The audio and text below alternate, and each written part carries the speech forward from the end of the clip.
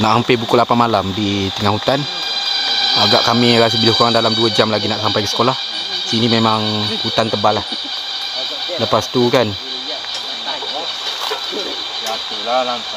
motor member rosak. Tak tahu sampai pukul berapa. Tapi dengar tak bunyi tu? Dengar tak bunyi? Nah, itulah bunyi waktu senja di tengah hutan. Bunyi dia agak seram sikit lah. Dia bersahut-sahutan. Dengar tak? Macam memanggil-manggil macam tu.